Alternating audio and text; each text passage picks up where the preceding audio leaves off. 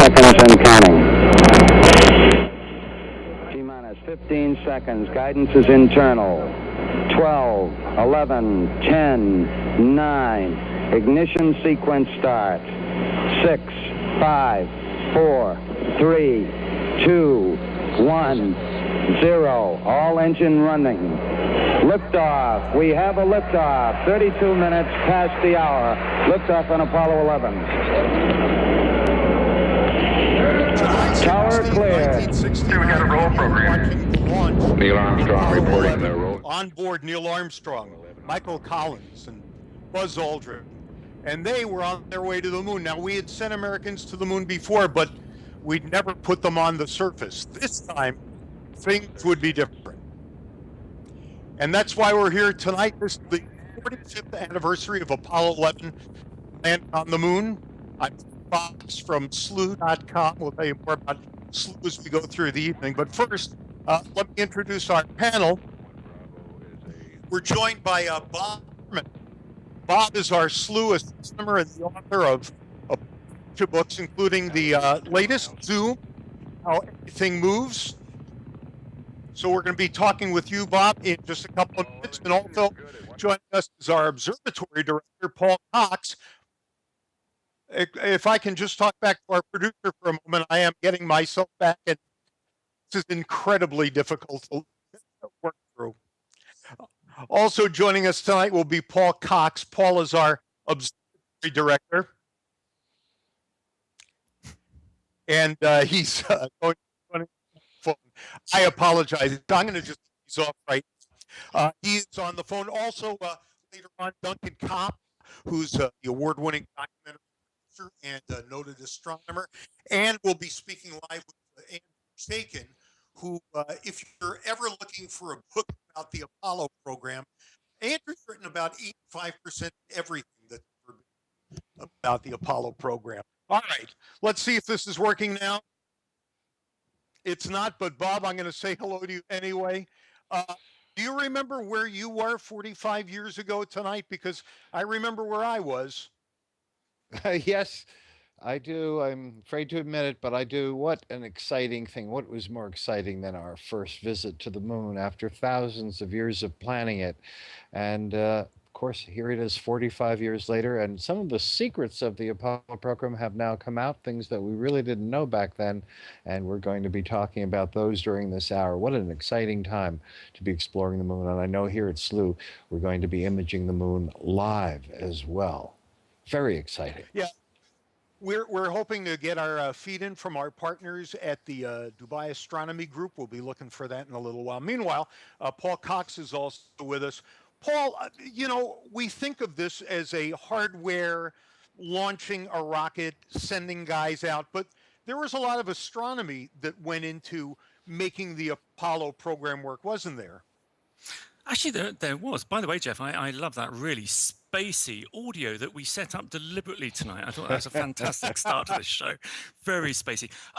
Yes, and in fact, I've got, as a Brit, I'm quite proud because our very own Sir Patrick Moore, who very sadly died last year, he did a lot of the lunar mapping of the moon, which helped NASA choose the Apollo sites, Jeff. And the image that we've got up at the moment isn't a live image because it's not a full moon tonight, but this is an image from our half-meter telescope at the Slooh Canary Islands Observatory. And I've marked on it the lunar landing sites, which is pretty cool. And it was, you know, Bob hopefully will be able to tell us a little bit later, exactly the challenges of landing on a surface where nobody knew anything about it beforehand. Yes, quite right. I'll just give one quick fact now. Nobody knew until we had sent probes there ahead of time whether or not it would even support the weight of a spacecraft. Nobody really knew that it was covered with a thin, fine powder like baby powder, talcum powder. Wound up being an annoying kind of powder because it electrostatically got on everything, all the equipment, the lenses, into the spacecraft. The astronauts breathed it and actually later report that it had kind of a stinky smell to it too. But we'll talk about the moon surface a little later in the show. All right. Well, this is the night, and this is the night that Apollo 11 landed. That man made his first trip to another body. Bob, tell me a little bit about the site that NASA chose to land on and what we knew about that before we went. We wanted, of course, to play it safe. The moon has areas that are very rough, and as it turned out, even the area they chose was boulder strewn, and the four legs of the lander could only take a certain amount of tilting. If one of the legs had contacted a fairly sizable boulder, the whole thing would have tipped over. They would have been unable to leave the moon. So they really needed a flat space. And a quick look at the moon, including our live views that we're seeing right now of the moon, this is actually an upside down view, as many telescopes show. Our partner telescope is showing the moon as it looks inverted. In truth, today, this morning, in the wee hours of the morning, as it is in the Middle East and even on the Canary Islands, the moon is lit up on the left, not on the right. But you can still see that there are smooth, dark areas that early observers mistakenly thought were oceans. So we still call them seas, or mare, Latin word for oceans.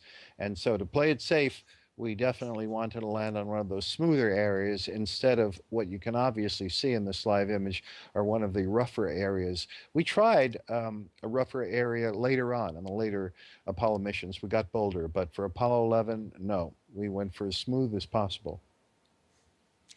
All right, Paul, when we look at this, this is, well, tell us about the instrument that's being used to bring us this image right now of the moon.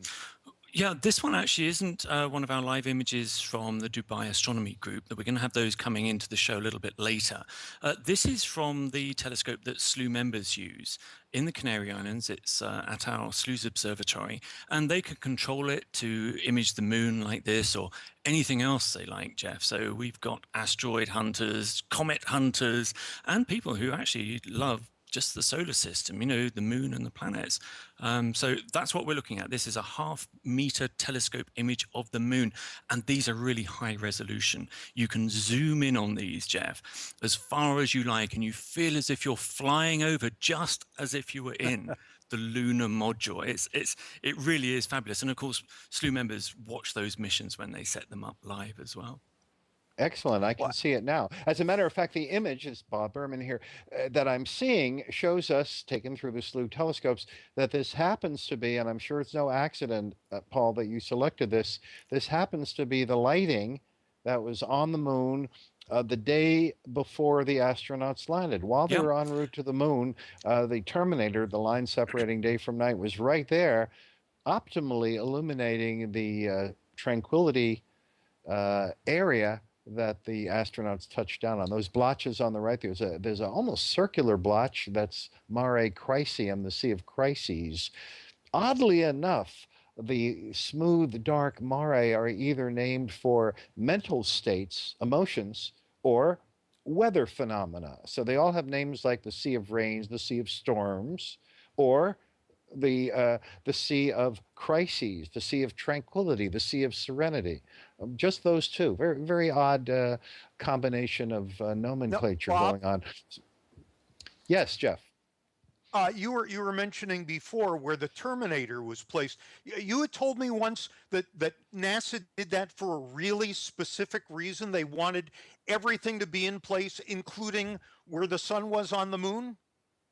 Definitely, because if the astronauts landed on a part of the moon where the sun was too high, the features would be kind of washed out, and you could not see hidden dangers, boulders, craters, holes in the ground because the sun would be shining too directly down on them. On the other hand, you didn't want to land one day after local sunrise because then the shadows could be so long. Every boulder would cast a long shadow, and then it would hide. The darkness of those shadows could hide other perils, and you couldn't land there either. So they decided that 2 to 3 days after local sunrise would give the perfect, safe lighting conditions, and that's what was chosen for Apollo 11.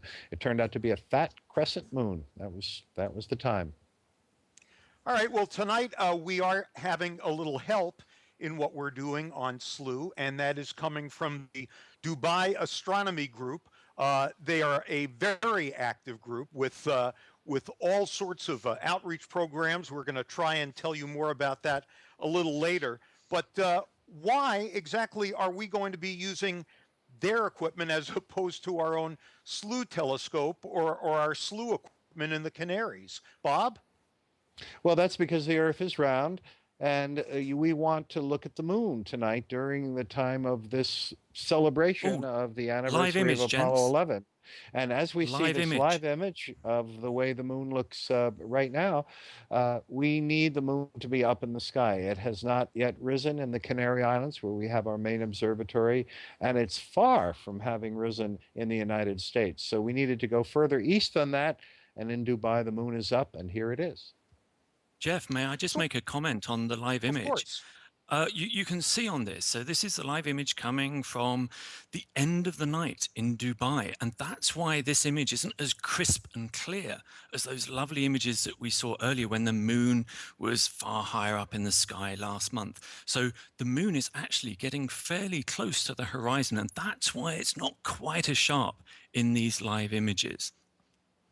Yes, Yeah, quite and so. by the In way, fact, a what you crescent just moon is mentioned, always near the horizon. In our experience, when we think back about it, whenever you've seen a crescent, and the thinner the crescent, the truer this is. A crescent is never high up in the sky, and that's what we have tonight. all right, as I was going to mention a little bit earlier, and as you saw at the bottom of the screen there a moment ago, if you would like to find out when we have these special Slooh broadcasts, because we're on pretty much anytime there's something important happening in the sky, or anytime like tonight there is an anniversary of an incredible event that had to do with astronomy. We will send you an email. Just go to our website at live.slooh.com. That's live.slooh, SLOOH.com. And of course, we'll send you those free. All right, Paul, is this image that we're looking at from Dubai, is this also an inverted image? And if so, why is that? This one is, isn't it, Bob? This is north down? Yes. Yes. Yes. So all of Slooh's images, Jeff, we make it nice and easy for Slooh members.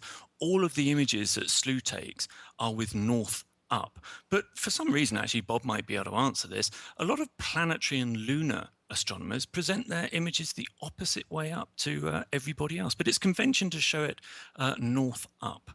So. Yes, it's because in space there is no up or down, as we all know, and because observers in Australia, let's say, are upside down anyway compared to us, it's really arbitrary which way we want to show it. But most observers live in the northern hemisphere. That's just the way the world works. And the main observatory of Slooh, not our Chile observatory, but the main observatory is in the northern hemisphere. So to make things match the view that you'd have if you were looking up in the night sky just with your naked eye, Slooh by convention always shows north up. Telescopes naturally flip the image upside down, and so most telescope users say, okay, why not? Let's just leave it. Why not interpose an extra mirror there and flip the image the other way? So as long as we tell you what's going on and the truth, and don't hide anything from you, it doesn't really matter. It's arbitrary. So if we wanted to, could we zoom into that? I see a crater there right near the terminator line. We have that ability to look that deeply. How much did we know about the surface of the moon telescopically before we got there, Bob? The big surprise that we learned first from our automated remote landers like the Surveyor spacecraft, and then, of course, from the Apollo landings, the biggest surprise was that the moon mountains are so rounded. If you look at any textbook from the 1950s, before we'd sent anything there, all moon mountains were shown pointy, like Mount Everest. That's because there's no air on the moon, there's no wind or erosion, there's no water. There's no reason the mountains should be rounded. Instead, they really rather look like the hills of England or the Catskill Mountains in the eastern United States. They're all hills rather than mountains, even though some are quite tall, 9,000 feet tall, let's say. Nonetheless, it turns out that little tiny meteoroids hitting the moon constantly, since the moon has no air, there's nothing to stop these small specks from constantly Wow. bombarding the moon. They've acted like little hammers of the god Thor, hammering and hammering and hammering the surface and rounding everything. So it's erosion. Yes, it's a form of erosion that is alien to us here on Earth, but that was a big shock to us. I And think the other most of the shock, answer. Jeff, yeah. Jeff, Yes, maybe go. if I can ask Bob another related question on that. It was still in the 60s, wasn't it, where we didn't really know whether these craters we were seeing were volcanic or through impact. Because I know Patrick Quite. Moore, certainly he was a great advocate of them being volcanic. That's right, and he was wrong. They He are was. all caused by even though there was volcanism on the moon in the distant past, there had to have been because those are lava seas, so those dark areas, such as the Mare Tranquillitatis, the Sea of Tranquility, is just really frozen lava. So there had to have been volcanoes a long, long ago, but all traces of them are quite gone, and the craters are all from meteor impacts. And another big surprise, but this one we learned in 1959 when the first Russian spacecraft went to the far side, is what the far side looks like. We assume that the moon's two hemispheres, the one that faces us and the one that we never see from Earth, looked more or less the same. But for all we knew for sure, maybe the moon was a half shell and there were just 2x4s holding up a half shell, a facade. We didn't know for sure what the other side looked like. We assumed it would look like the side that faces us. And as usual, we And were wrong. We were totally wrong. The hemisphere, the opposite hemisphere, where, by the way, none of the Apollo spacecraft ever landed. They all landed on the side of the moon that faces us. The side that faces away from us is an alien world, totally different. It doesn't have these mare, these seas, these areas of frozen lava, far greater craters, far more mountains, far rougher terrain. It's like a completely different world. is that because of the tidal influence of the Earth on the moon? I mean, Yeah, I we know I'm think throwing so. you a curveball here, Yeah, but no, exactly, exactly. Why should one side have all this volcanism and the other doesn't? Another clue is that the exact center of the moon by mass is a mile closer to Earth than it is on the other side. That doesn't amount to too much. The moon is 2,160 miles across, so a mile isn't much. But nonetheless, the moon is weighted in our direction. And you're right. That's exactly why we influence it. If you think the moon affects us, you know how people think about births and lunacy, and certainly the rising in oceans, which are mostly caused by the moon, the tides on Earth. Well, the Earth is 81 times heavier than the moon, so our tides on the moon are 81 times greater than the moon's tides on Earth. So you bet we influence the moon. so I think I know the answer to this question, but let me try anyway. We're on the same day of the year, and we're looking at the moon, but the moon is not the way it was in 1969. I know seasons match up. Why doesn't the moon match up? Well, because the moon's orbit around us doesn't match with our calendar months. Our calendar months are 30 or 31 days long, if I understood your question correctly.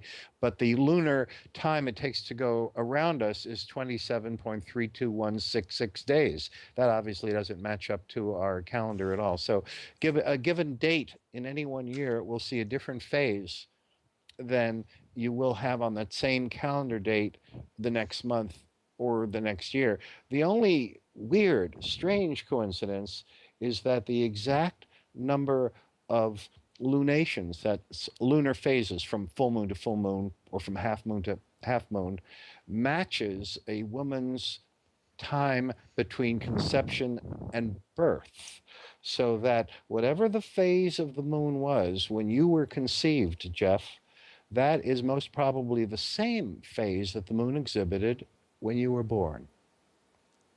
Where's the Twilight Zone music when we need it? That's what we need right now. So let me ask you two, or let me start with you, Paul. As an astronomer, is there a place on the moon that you wish that they would have gone, something that you've seen on the moon that fascinates you that we have not explored? Well, I have to just say that I am an amateur astronomer, and I'm very proud to be one, as most Slooh members are. Bob's a professional astronomer around here, but I do happen to know that over the last few years, we've been learning a great deal more about the moon. And I think looking at those, if we can get back that lunar map showing where all of the Apollo landing sites were, it would have been great if they'd been able to go to one of the poles that get very little sunlight, and we're pretty sure that there's quite a lot of water there. And wouldn't it have been great to actually have eyes on that? But I think not just where they landed, but I would have liked to have seen more scientists visit the moon. Bob Yes, can only, maybe tell only us. Harrison. That's right. Only Harrison Schmitt in the final Apollo, Apollo 17, Absolutely. was a The geologist. trained geologist. It would have been good to have some more. But as long as And you But put did they this cut up, the Paul, program short? I mean, the program was cut short, wasn't it? yes, it was cut short for two reasons. The final three Apollos were canceled. Apollo 18, 19, and 20 were canceled. There were two reasons for that. One is political. Richard Nixon really didn't love the Apollo program. Throughout it, he had to grin and bear it while his old nemesis, the now dead John F. Kennedy, who narrowly beat him in the 1960 election, was getting all the credit. Actually, justly so, because it was Kennedy who made the famous "We'll go to the moon by the end of the decade" speech. And so now we're talking about in 1969, everybody was invoking Kennedy, and Nixon just had to kind of sit there and take that. But the other reason was a good reason. As Apollo 13 demonstrated, these were risky missions. Every one of them was perilous. And Apollo 13, the astronauts almost didn't make it back. So people were starting to figure, not the people at NASA, because they wanted to keep going. There was still more to learn. But the reasoning in political circles was, hey, we've already sent 12 people to the moon's surface. 6 successful missions have landed on the moon. Why should we just keep doing this until someone gets killed and gives the whole program a black eye and leaves us with a bad taste in our mouth? Shouldn't we just quit while we're ahead? And that's what they did. They quit after Apollo 17 so that we could finish up with a perfect safety record.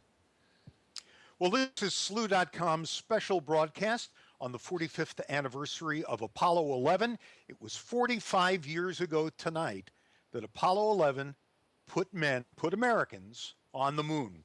We've got more coming up, including Bob's interview with Duncan Kopp, who is an award-winning documentary producer and astronomer, and more, of course, on Apollo 11. We will be back in 30 seconds. I think, if I'm honest, the one thing that I sort of came away with, having been involved in the film, was just how audacious it was, just how incredible it was that 45 years ago, which is some time ago now, we actually went to the moon. I think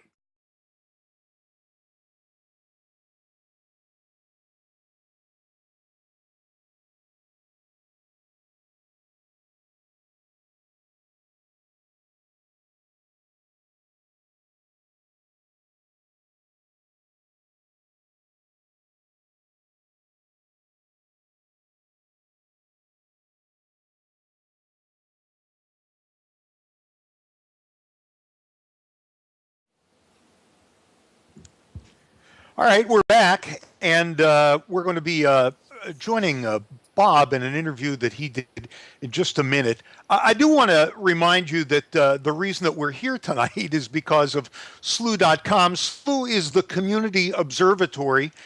We maintain 2 observatories with 3 telescopes on 2 continents in 2 hemispheres. Slooh members guide the telescope on each of its nightly missions. Each individually guides it, and all our Slooh members can watch and participate and even set the agenda on what we're going to see. In fact, one of our participants tonight, Paul Cox, is our Slooh observatory director. Paul, what kind of things have people been looking at recently from our telescopes? Oh, we've had some real doozies lately. They have been superb. We've got some fantastic comets at the moment, one of which is going to be hitting the headlines hugely in October when it makes a very, very close approach to Mars. That's Comet A1 Siding Springs. That's only visible from the southern hemisphere, so our Chile observatory is ideally placed for that. But we've had a supernova hunter. We've had another. For Go just on. a second.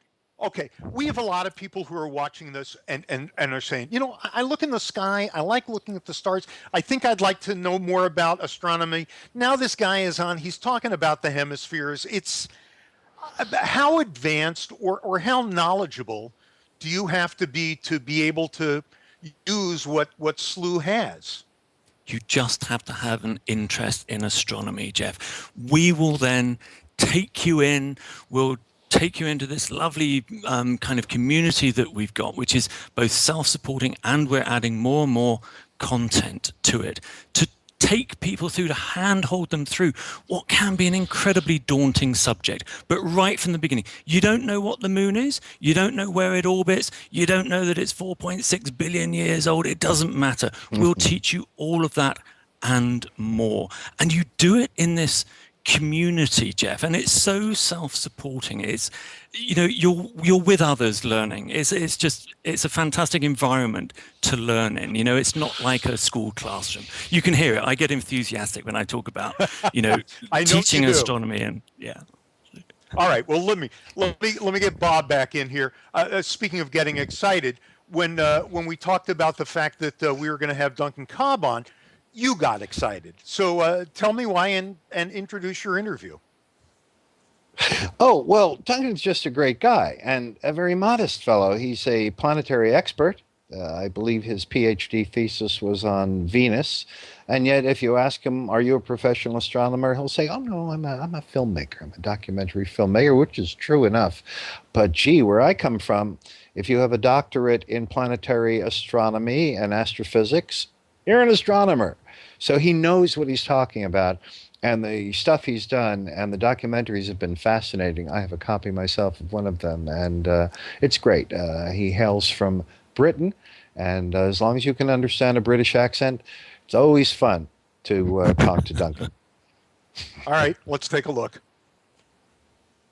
Slooh astronomer Bob Berman here, and it's my pleasure to bring on board a periodic visitor to Slooh, Dr. Duncan Kopp. Duncan is both an astronomer, but is probably better known as producer of the award-winning film In the Shadow of the Moon. And of course, on this, the 45th anniversary of the first landing on the moon, the Apollo 11 landing on the moon. Can you believe it's been 45 years? Whoa, where does the time go?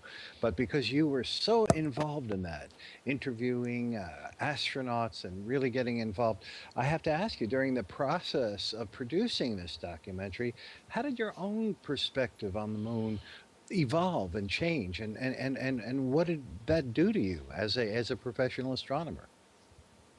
Well, that's a really interesting question. And I think, if I'm honest, the one thing that I sort of came away with, having been involved in the film, was just how audacious it was, just how incredible it was that 45 years ago, which is some time ago now, we actually went to the moon.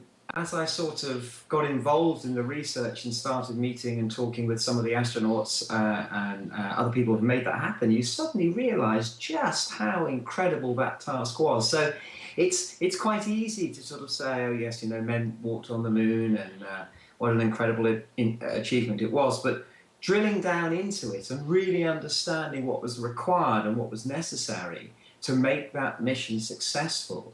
I think it's Mike Collins, who was the Apollo 11 command module pilot. He was the chap who stayed in orbit around the moon while Neil and Buzz went down to the surface. Said, you know, it's a very delicate daisy chain of events that had to happen. And if it broke anywhere, that's it. It's useless. It's done. So every single thing had to happen, and it had to work. And I think actually the odds were about 50-50 that they would actually land on the surface. I think the odds were put at about 50-50.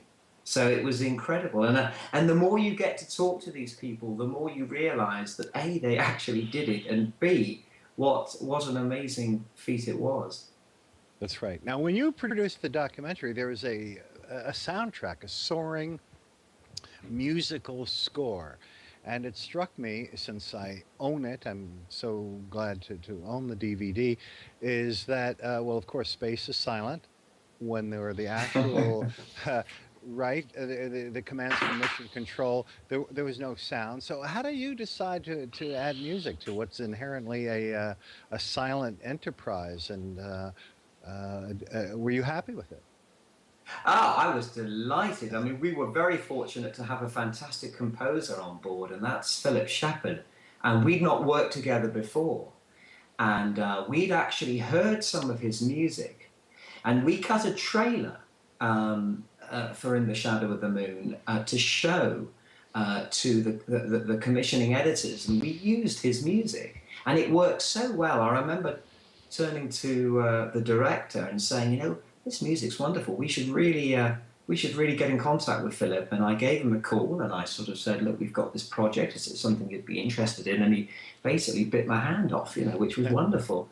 And from that moment onwards was absolutely engaged and on board with our film. And his music, his score was a seminal part of the film. Really, really important part of putting everything together.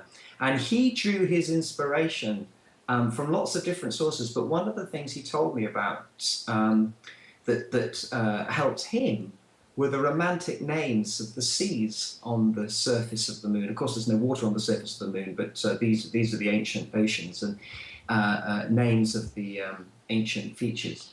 And he drew inspiration from that. I think he found that really quite romantic. And Phil builds soundscapes. That's one of his trademarks. It's something he's he's a phenomenally good musician, phenomenally good cellist, but he builds these wonderful soundscapes. And if you listen very carefully, what he actually did is he started to sample some of the downlink noises. Bob, you picked up on the fact that, you know, there's not a lot of noise going on in space with these missions, but there are little beeps and little crackles and little bits of static, and he took those elements and he either sped them up or slowed them down, or and wove them into his soundtrack. So a bit like Alan Bean, the Apollo 12 astronaut, when he paints the moon, he actually puts a little bit of his moon dust that he's got left over into his paintings. Phil did the same thing with the soundtrack. He added a little bit of that sort of downlink beep that you can hear, and it's wonderful. It's very evocative, and really his music was organic. I mean, it was very much a process of us talking, but basically he was able to interpret and put his own feeling into that music, and it worked incredibly well. We were very happy with Phil's work, definitely. Fascinating. If I were there, and probably you as well, the soundtrack would have been more like screams of terror and worry as we were descending close to the moon's surface, rather than mere crackles and static on the radio. So they did well. Speaking of which, your newer project, which is very exciting, is Moon Machines. And these are, of course, the devices that got us there, starting with the Saturn V rocket, the equipment that got us there.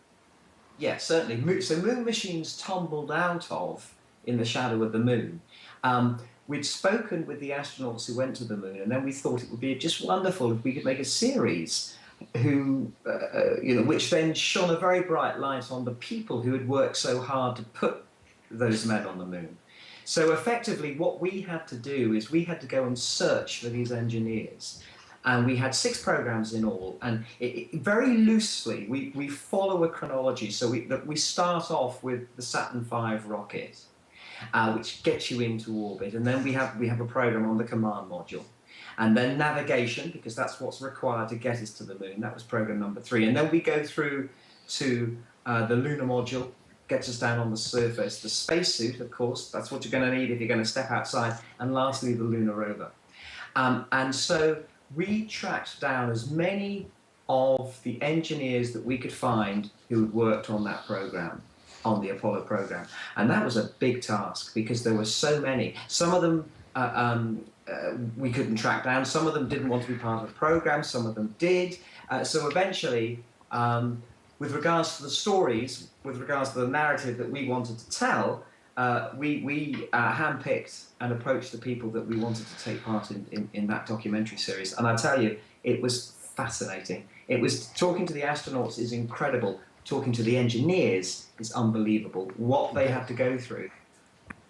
And Duncan, of all the bits of equipment that got us to the moon, the J1 engines, the F1 engines, the lunar LEM, is there a particular technology that makes you shake your head in awe and disbelief more than any other, or is it all part of? I know 500,000 people worked on this for 10 years, so it was equivalent to building the Great Wall of China.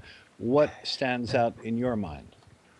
That's a really tough question to answer, Bob, because you know as well as I do, every single bit of every single machine had to work. I think the lunar module is an incredible flying machine. It looks like nothing you've seen before, obviously, because it doesn't have to be aerodynamic in space. But I think one of the most difficult things with the lunar module is the sheer difficulty they had in having to reduce the weight of the lunar module. So the engineers worked incredibly hard to save every ounce, because that had a knock-on effect with the rest of the machinery that got men to the moon. This has been fascinating, as it always is, Duncan. I do want to mention that in collaboration with NASA, the Jet Propulsion Laboratory, we're talking about JPL, and you, award-winning producer-director Duncan Kopp, love this guy, and the Houston Symphony now has commissioned a film of the latest high-definition planetary images to accompany its live performance of Gustav Holst's suite, The Planet. So you can buy the app. You can visit HoustonSymphonyApps.org.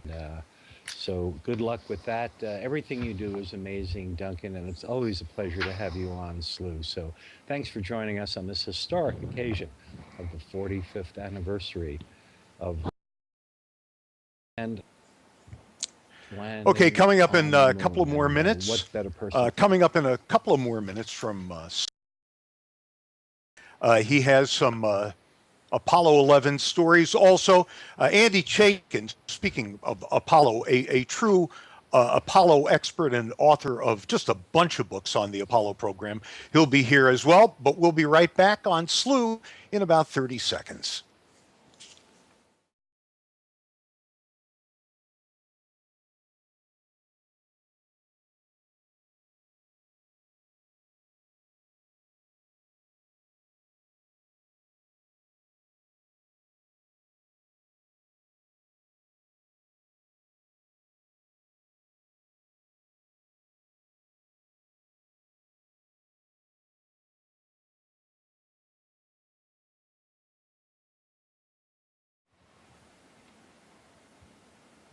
And we're back on Slooh. Okay, I am joined by our observatory director, Paul Cox, who must be on some sort of witness protection plan because we can't get him on camera tonight. But Paul, I want to talk to you a little bit about Slooh. And let me just back up here for a half second. For those of you joining us tonight and seeing our programming here on Apollo 11 and the 45th anniversary, Slooh is an organization that is very interested in anything that's going on in the sky. We are the community observatory, and we have available to our members 2 observatories with 3 telescopes run by this fine Mr. Cox man with the British accent. Paul, tell me a little bit about how our members get the pictures that they want with the Slooh telescope and get those pictures back to their own computer? Well, it's very simple. It can seem really complicated just owning a telescope, but we make it really, really simple. So from the comfort of your own home with a mediocre internet connection, which is all I get in England, you just point the telescopes wherever you want at a designated time, and the telescopes automatically take the images, build color images with these incredibly expensive CCD cameras, which are special cameras that astronomers use. And those are processed in real time, Jeff, and streamed back to your desktop computer just in your browser. But if you can't stay up all night, then you can also just set it up to just auto snap, what we call auto snap, the images that you've set up. Well, If you're not, well, think of me in the UK with our Canary Islands Observatory. Well, when the Canary Islands Observatory is dark, it's also dark for me. So occasionally I do go to bed. So the telescopes are operating when I'm in bed. But for people in North and South America, obviously they're far better time to watch the missions live. But if you can't do that, then you can use the auto snap feature, and you go into your system in the morning and you have your own collection area where all of those images land up, Jeff. And members share them in what we call the Clubhouse. We've also started, actually, you probably saw in the Clubhouse, we started last week a Slooh picture of the day where we're highlighting some of the most beautiful and stunning images that members capture.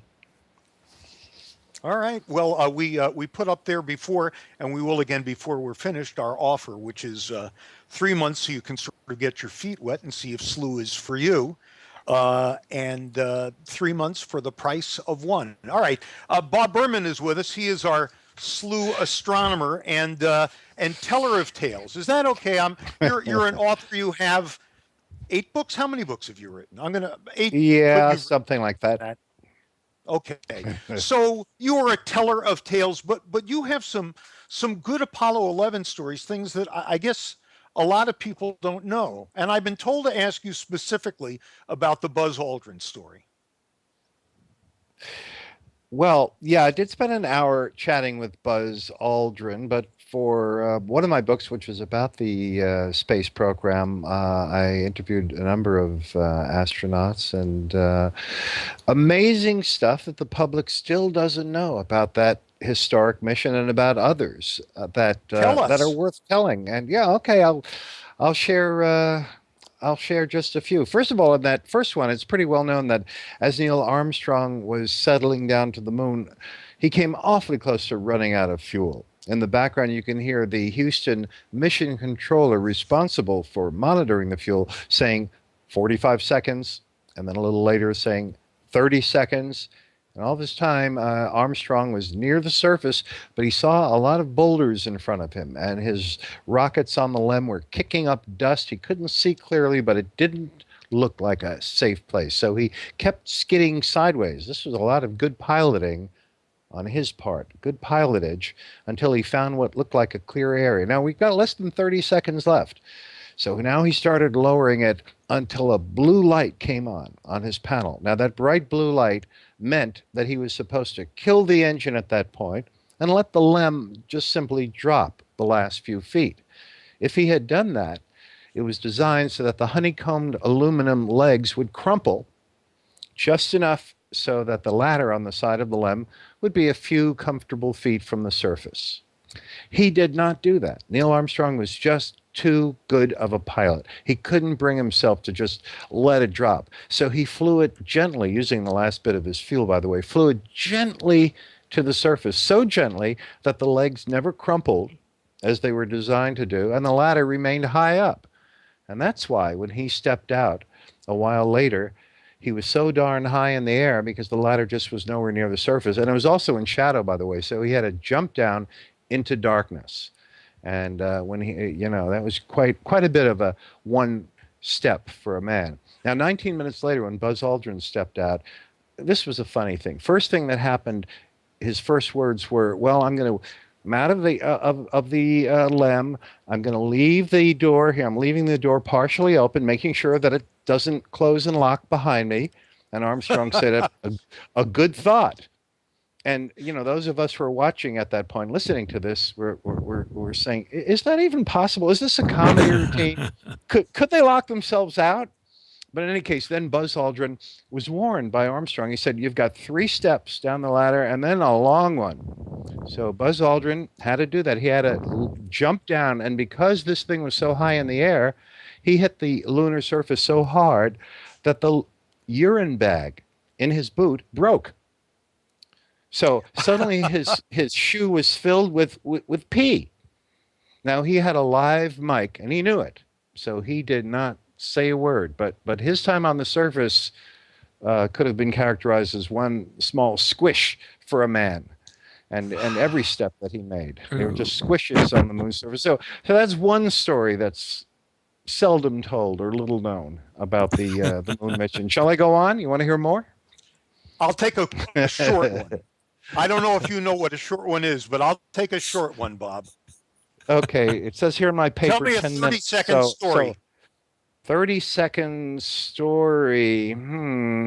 All right, in that case, I'll just mention the fact that at the White House's insistence, President Nixon's name, Richard Nixon, and his signature were on every single plaque on all of the Apollo landers. Now, his was the only name that kept repeating on the moon. And because there's no erosion or air or rain on the moon, these should be legible for at least 500,000 years, maybe 1,000,000 years, probably long after there's no human race. So what is the only name that repeats if aliens ever come to the moon and find these words and can decipher it, that will outlive the human race itself is Richard Nixon.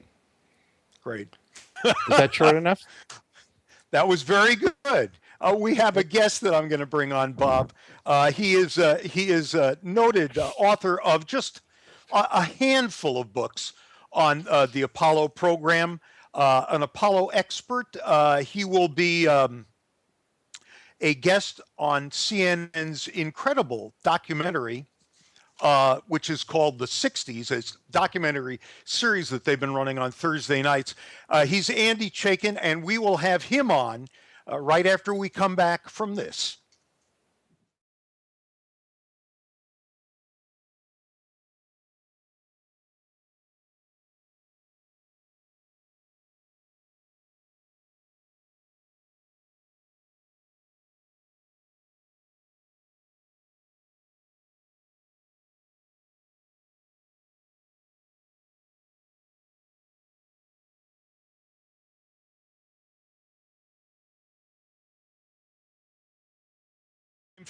I'm feeling good. All right, we're joined. I was just saying I'm feeling good. We're joined by Andy Chaikin. Andy, well, you are pretty much 85% of the published works on the Apollo program. You have a bookshelf's worth of volumes on Apollo. True. What? Gross exaggeration, but thank you anyway, Jeff. But you do have a distinction that I think is extremely cool. You have spoken to each of the 12 men, each of the 12 Americans who has been to the surface of the moon. Is that right? Yes, that is true. That is true. I interviewed them all, as well as all but one of the command module pilots. Jack Swigert was no longer living. I interviewed 23 out of the 24 astronauts who went to the moon when I wrote my book, A Man on the Moon. And how, Andy, are these guys different than me? Well, other than the fact that they've been to the moon, Jeff. Well, no, I mean, what is it that makes someone special to be the kind of guy who would have been brought into the Apollo program? Right. No, I was just trying to collect my thoughts as I provide mindless chatter back to you. I would say we're talking about overachievers. We're talking about people who could perform at a level of high competence under remarkable stress. I mean, these are people who could remain calm in a jet airplane that was about to go haywire or was going haywire. These are people who could ride a rocket and still do everything that they needed to do to carry out their mission. You know, these were people with tremendous drive and intelligence. Um, there are lots of people like that on the planet, and but these were the cream of the crop of military test pilots at the time when NASA was looking for military test pilots and fighter pilots to fly Mercury, Gemini, and Apollo missions. So they had already gone through some um, pretty strenuous wickets, some pretty demanding wickets, if you will, to get to the point where they could even be selected as astronauts. And so we're talking about a very rarefied group of individuals just by virtue not only of their personal traits, but what they had already managed to accomplish in their lives as pilots. I mean, these guys were going into a situation where they knew that death wasn't just a possibility. It was a strong possibility, and it was a mission, Apollo, where you could even get killed training, as the astronauts in Apollo 1 were killed in Yeah. that horrific fire. So when these guys went, I know that Richard Nixon had prepared this speech, "Should our men be lost?" What did the astronauts and NASA do? Did these guys go and just push it out of their minds?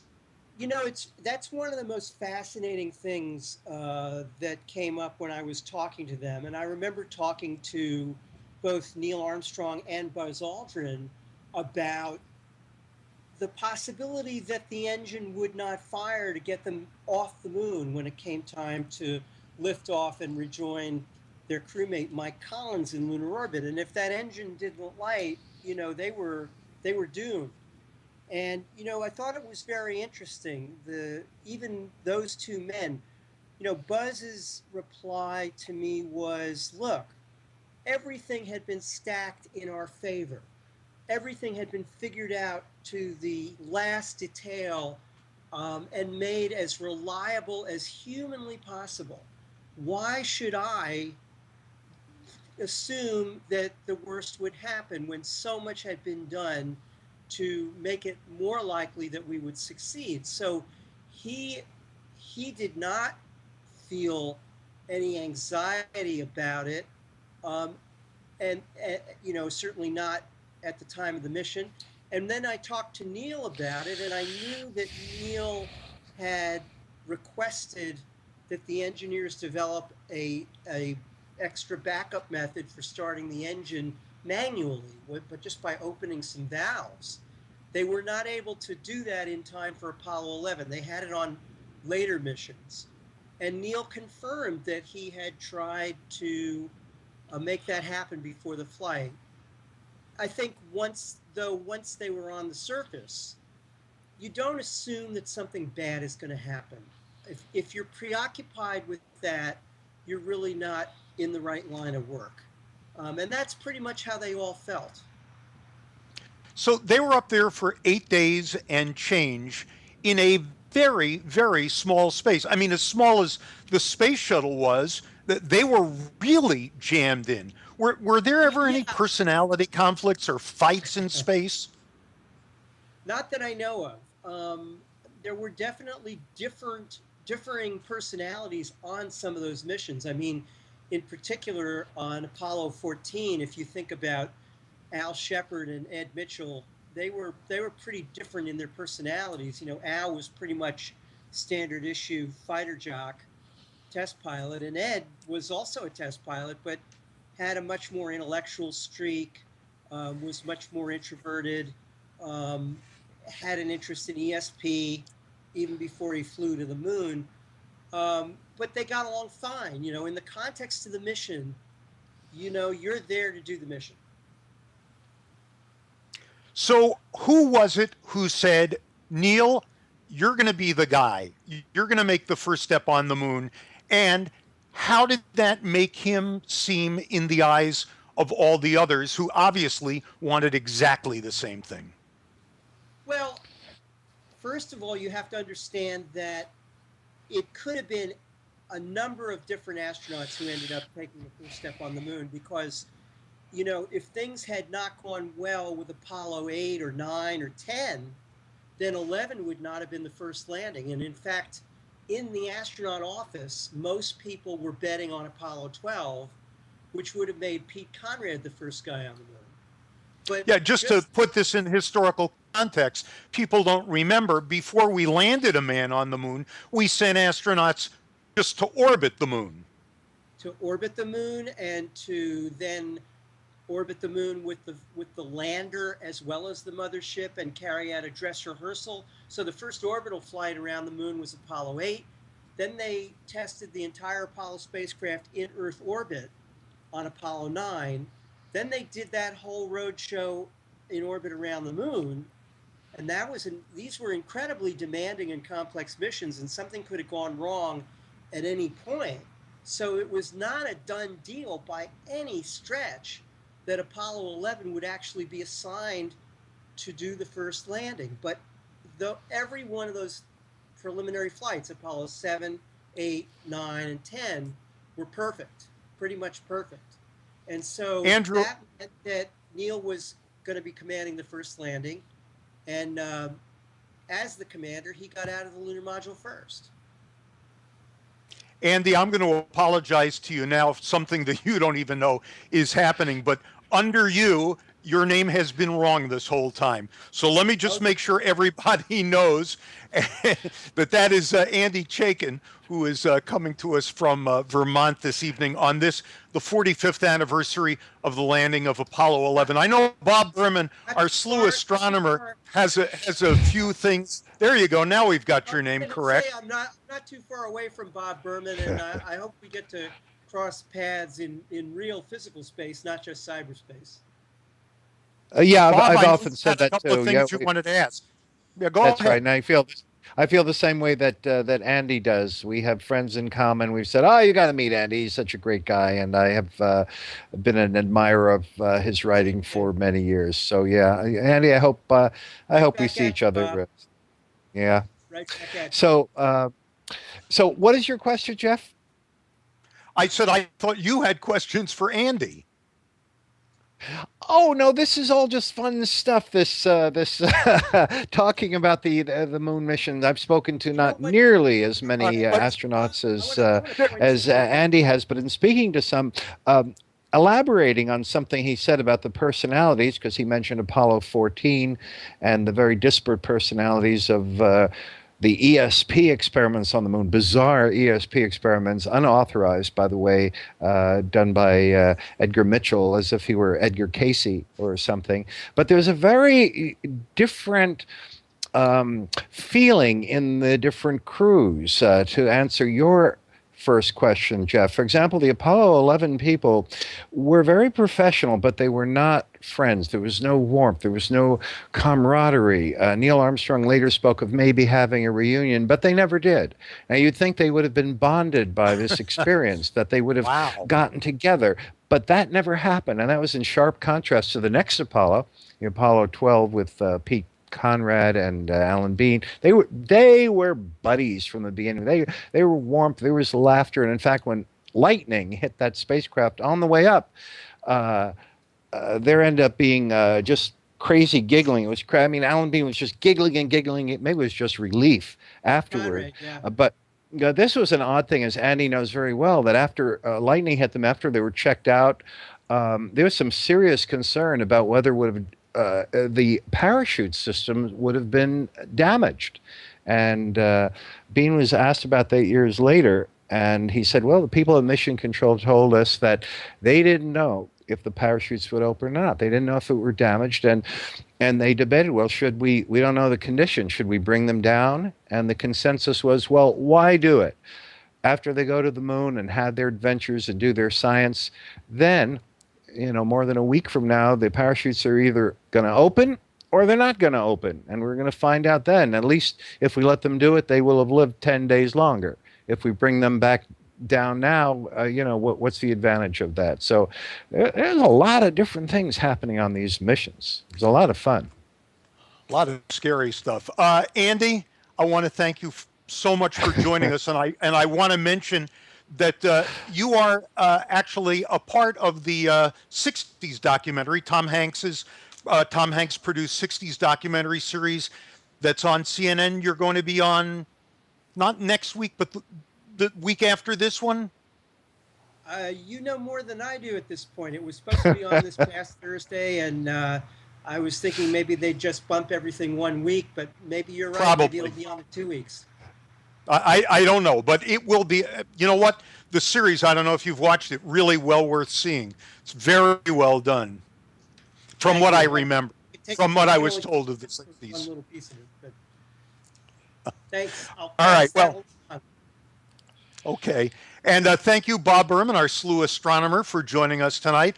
And also My Paul pleasure. Cox, our Slooh Observatory Director. Again, these broadcasts, which happen anytime there's something going on in the sky, or that we can celebrate a special event like tonight, the 45th anniversary of Apollo 11. Slooh gets on the air. We'd like you to know about them. So go and sign up, and we will give you alerts at live.slooh.com.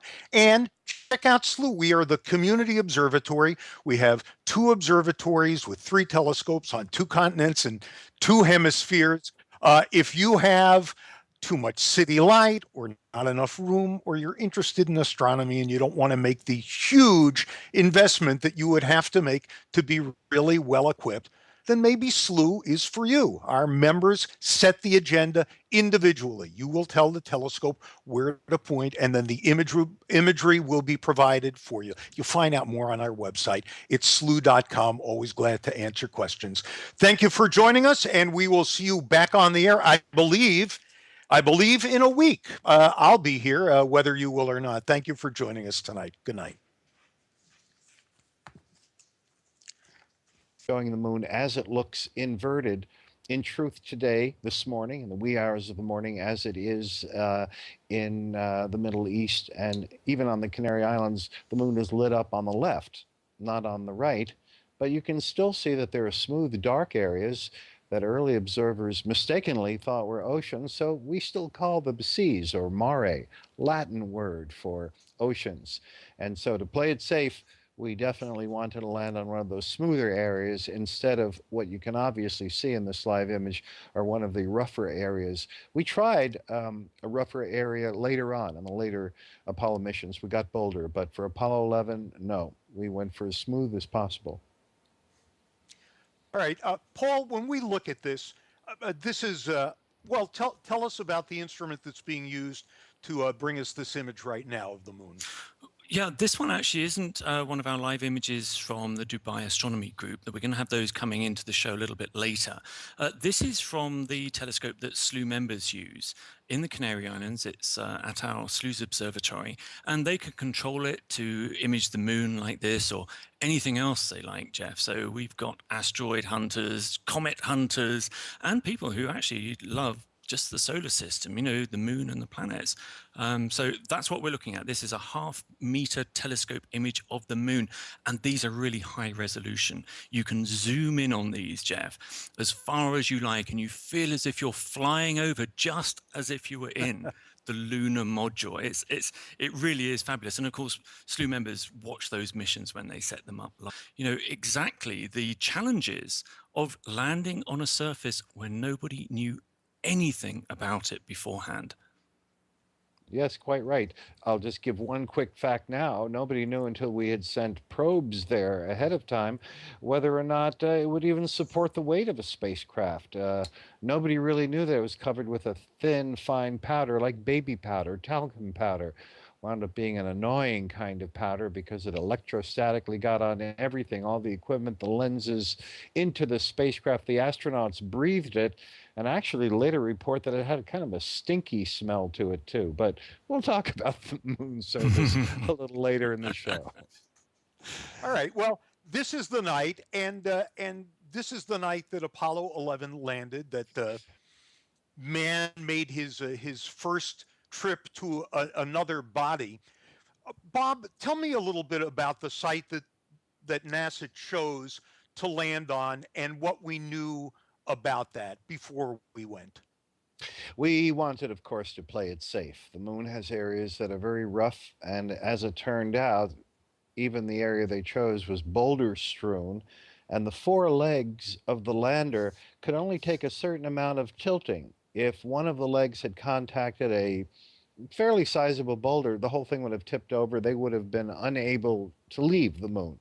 So they really needed a flat space. And a quick look at the moon, including our live views that we're seeing right now of the moon. This is actually an upside down view, as many telescopes show. Our partner telescope is showing.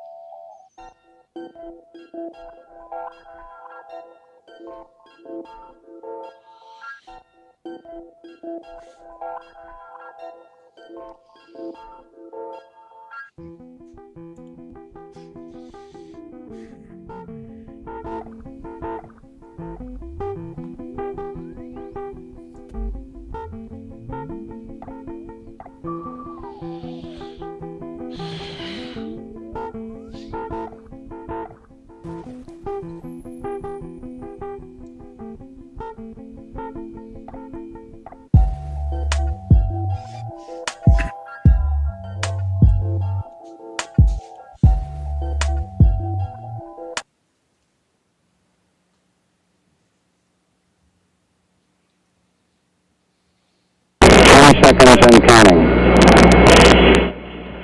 T-minus 15 seconds. Guidance is internal. 12, 11, 10, 9. Ignition sequence start. 6, 5, 4, 3, 2, 1, 0. All engine running. Liftoff. We have a liftoff. 32 minutes past the hour. Liftoff on Apollo 11. Tower clear. We got a roll program. Neil Armstrong reporting the roll. On board Neil Armstrong, Michael Collins, and Buzz Aldrin ago tonight, because I remember where I was. Yes, I do. I'm afraid to admit it, but I do. What an exciting thing. What was more exciting than our first visit to the moon after thousands of years of planning it?